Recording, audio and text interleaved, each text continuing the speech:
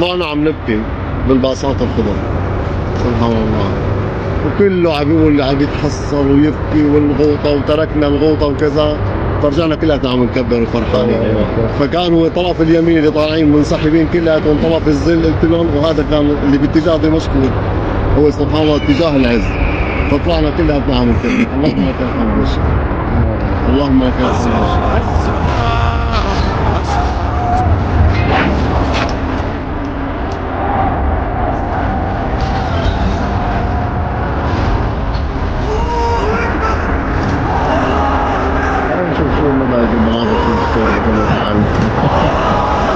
جري شعوره